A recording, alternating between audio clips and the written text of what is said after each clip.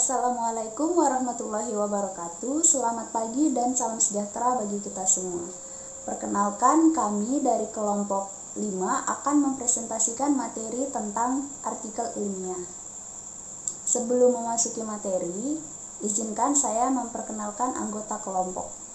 Dengan saya sendiri, Ade Rahmawati, Aidah Muslimin, Anissa Aprilianingsih, Anissa Nurul Hidayah, Astria Kriselin, Harisa Bara, Hasbi Al-Gofar, Rizky Firmansyah, dan Widya Eka Pratiwi. Latar belakang masalah dan perumusan masalah. Latar belakangnya, materi artikel ilmiah ini diarahkan untuk membekali Anda dalam mengaktualisasikan diri melalui artikel ilmiah. Mula-mula Anda akan menelusuri model artikel ilmiah, kemudian merekonstruksinya, dan akhirnya menciptakannya sendiri sesuai dengan pokok persoalan yang Anda teliti. Tentu saja tidak hanya dengan membaca artikel ilmiah, kita juga harus menciptakannya sebagai sarana untuk mengaktualisasikan diri secara akademik dan sekaligus mengkomunikasikannya di berbagai forum.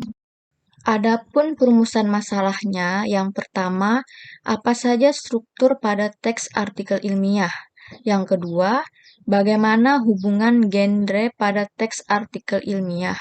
Yang ketiga, mengapa teks artikel ilmiah dan media publikasinya terbilang sangat penting? Karena itu, artikel non-penelitian disebut juga artikel konseptual. Artikel konseptual yaitu pada umumnya berisi pemikiran teoritis mengenai sesuatu yang disajikan melalui analisis.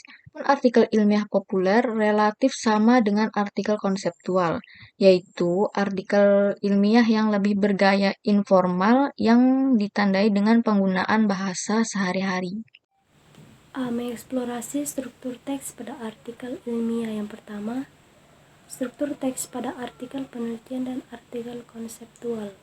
Hal yang paling utama pada konvensi penulisan artikel penelitian adalah struktur teksnya, yaitu abstrak, pendahuluan, materi, metode, hasil, dan pembahasan.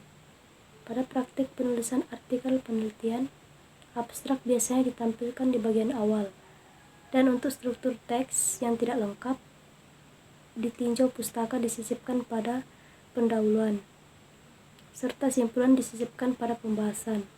Struktur teks artikel penelitian yang dikemukakan oleh Cargill dan O'Connor serta Lin dan Evans lengkap atau tidak. Kedua formulasi itu mengisyaratkan bahwa struktur teks artikel penelitian menunjukkan struktur berpikir dan tahapan-tahapan pembabakan yang jelas. Selanjutnya, struktur teks yang sering dijumpai di jurnal-jurnal ilmiah adalah abstrak, pendahuluan, tinjauan pustaka, pembahasan, dan simpulan. Struktur teks artikel konseptual lebih fleksibel daripada struktur teks artikel penelitian. Kefleksibelan itu bahkan sering berdampak pada pemberian judul pada tahapan-tahapan yang tidak selalu sama dengan nama-nama tahapan pada struktur teks. Struktur teks pada artikel ilmiah populer. Seperti struktur teks pada artikel konseptual, struktur teks pada artikel ilmiah populer tidak kaku, bahkan sering disusun menurut kehendak penulisnya. Hal ini tidak berarti bahwa artikel ilmiah populer tidak mempunyai struktur teks sama sekali. Untuk menghemat ruang, artikel tersebut ditata dengan judul dan subjudul yang hanya memanfaatkan sedikit kata. Selain judulnya singkat, bagian yang diberi subjudul biasanya hanyalah bagian isi yang dianggap sangat penting, dan bagian pendahuluan atau penutup tidak pernah diberi subjudul. Pada umumnya, esai ditulis dengan genre eksposisi atau diskusi. Dengan demikian, struktur teksnya pun adalah struktur teks eksposisi atau diskusi. Teks eksposisi mempunyai struktur teks pernyataan tesis, argumentasi, reiterasi. Dan diskusi mempunyai struktur teks, isu, argumentasi mendukung, argumentasi menentang, simpulan, dan rekomendasi. Menganalisis hubungan genre pada teks artikel ilmiah. Artikel ilmiah merupakan salah satu genre. Setiap tahapan mengandung genre mikro yang berbeda-beda. Alasannya adalah bahwa nama-nama genre mikro pada setiap tahapan itu mengemban fungsi retoris tertentu. Telah dikemukakan pada bab 2 bahwa keterkaitan antara genre mikro dan genre makro di dalamnya seperti itu dinamakan hubungan genre. Hubungan genre pada teks artikel penelitian dan teks artikel konseptual. Struktur teks dan genre mikro pada artikel penelitian. Struktur teks abstrak, genre mikro yang diharapkan yaitu abstrak. Fungsi retoris menyajikan ringkasan yang dapat menjadi seluruh artikel, mewakili seluruh artikel. Kemudian, struktur teks pendahuluan, genre mikro yang diharapkan eksposisi. Fungsi retoris memberikan latar belakang penelitian, permasalahan penelitian, gambaran tentang tujuan dan pendekatan atau metode atau teknik untuk mencapai tujuan tersebut. Kemudian, struktur teks tinjauan pustaka. Genre mikro yang diharapkan yaitu review.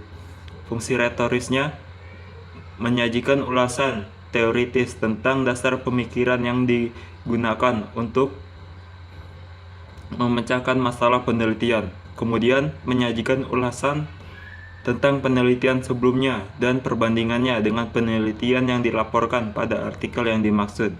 Kemudian struktur teks, metodologi penelitian. Genre mikro yang diharapkan yaitu rekon dan atau meliputi deskriptif, prosedur, dan laporan. Fungsi retorisnya yaitu menyajikan pendekatan, metode, dan teknik penelitian termasuk langkah-langkah yang ditempuh. Kemudian ada struktur teks hasil. Genre mikro yang diharapkan yaitu deskripsi dan atau meliputi laporan rekon. Fungsi retoris menyajikan temuan-temuan penelitian. Kemudian ada struktur teks pembahasan. Genre mikro yang diharapkan yaitu diskusi dan atau meliputi eksplanasi. Fungsi retoris membahas dan atau menjelaskan temuan-temuan penelitian dari berbagai sudut pandang teori yang telah disajikan pada bab tinjauan pustaka.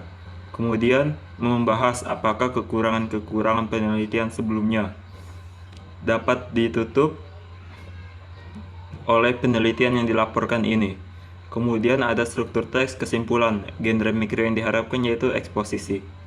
Fungsi retorisnya menyajikan uraian bahwa pokok persoalan yang disajikan telah diperlakukan sedemikian rupa dengan hasil seperti yang telah disajikan pada pembahasan, diikuti dengan saran baik secara teoritis maupun praktis. Tabel 1.2 teks dan genre mikrokonseptual abstrak menyajikan ringkasan yang dapat mewakili seluruh artikelnya. Pendahuluan memberikan latar belakang masalah yang menyangkut pernyataan masalah. Tinjauan pusaka menyajikan ulasan teoretis tentang dasar pemikiran. Pembahasan membahas permasalahan disertai dengan pemecahan. Abstrak merupakan ringkasan dari artikel ilmiah seluruhnya, baik yang berupa artikel penelitian maupun konseptual. Pendahuluan adalah bab yang berfungsi sebagai pembuka artikel ilmiah. 1. Pokok persoalan, 2. Alasan, dan 3. Cara metode. Tinjauan pusaka adalah bab yang memiliki 2 hal, yaitu ulasan tentang teori dan kedua ulasan tentang penelitian. Selanjutnya, metodologi penelitian. Bab metodologi penelitian pada artikel penelitian memuat uraian tentang jenis, desain, dan tata cara pelaksanaan penelitian, termasuk langkah-langkah yang ditempuh. Pada bab ini dijelaskan secara rinci pendekatan, metode, teknik pengumpulan data, dan teknik analisis data. Instrumen dan bahan yang digunakan pada penelitian itu juga dijelaskan. Sementara itu, pada artikel konseptual tidak terdapat bab metodologi penelitian. Kemudian hasil. Bab hasil hanya terdapat pada artikel penelitian. Isinya adalah sajian temuan-temuan penelitian sesuai dengan klasifikasi data yang ada. Sajian tersebut dapat dinyatakan dengan grafik, tabel, histogram, gambar, atau bagan alir. Pada bab ini, belum disajikan interpretasi dan perbandingan antar kelompok data. Kalaupun terdapat interpretasi itu baru bersifat individual. Kemudian pembahasan. Bab pembahasan berisi pembahasan dan atau penjelasan mengenai temuan-temuan penelitian dari berbagai sudut pandang teori yang telah disajikan pada bab tinjauan pustaka. Bab ini merupakan tempat untuk menjawab persoalan yang dikemukakan pada bab pendahuluan. struktur teks dan genre Miko pada artikel konseptual. Simpulan. Bab simpulan baik pada artikel penelitian maupun pada artikel konseptual berisi uraian yang menunjukkan bahwa pokok persoalan yang disajikan pada bab pendahuluan telah diperlakukan sedemikian rupa. Yang kedua adalah judul. Judul artikel ilmiah menggambarkan isi keseluruhan artikel. Judul harus mudah dipahami dan hendaknya tidak terlalu panjang. Judul dapat dirangkai dari kata kunci yang diambil dari artikel. Selanjutnya adalah daftar pustaka. Daftar pustaka adalah daftar yang memuat semua sumber yang berupa buku, artikel ilmiah atau jurnal atau terbitan lain yang digunakan sebagai acuan dalam menulis.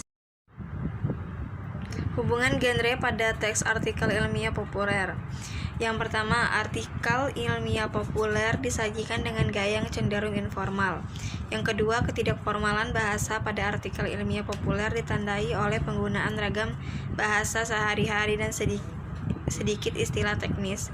Yang ketiga, genre yang digunakan untuk mengungkapkan seluruh artikel ilmiah populer pada umumnya adalah eksposisi atau diskusi. C. Menganalisis pentingnya teks artikel ilmiah. Dibagi menjadi dua. Yang pertama yaitu menganalisis pentingnya teks artikel ilmiah. Pentingnya mempelajari teks artikel ilmiah yaitu dapat mengerjakan tugas-tugas penulisan seperti paper, esai, dan makalah dengan lebih mudah. Dapat melaporkan penelitian dalam bentuk artikel. Dapat mengemukakan pendapat dengan ragam yang sesuai dengan target pembaca yang dituju. Lebih mudah membaca artikel ilmiah dan dapat menulis struktur teks dan pilihan bahasa yang tepat. Yang kedua yaitu menganalisis media publikasi teks artikel ilmiah. Artikel ilmiah populer biasanya dipublikasikan di koran, majalah, atau media sosial. Dengan media seperti itu, pembaca yang ditargetkan adalah pembaca awam atau pembaca secara umum. Kesimpulan, artikel ilmiah merupakan salah satu jenis teks akademik yang dapat digolongkan menjadi artikel penelitian dan artikel non-penelitian. Artikel penelitian adalah laporan penelitian yang disajikan dalam bentuk artikel. Sedangkan artikel non-penelitian tidak didasarkan pada penelitian dan biasanya merupakan ulasan konsep. Karena itu artikel non-penelitian juga disebut artikel konseptual. Baiklah, sekian yang dapat kami sampaikan. Kurang dan lebihnya mohon dimaafkan. Semoga apa yang kami sampaikan dapat bermanfaat bagi kita semua. Wabillahi taufiq wal hidayah. Wassalamualaikum warahmatullahi wabarakatuh.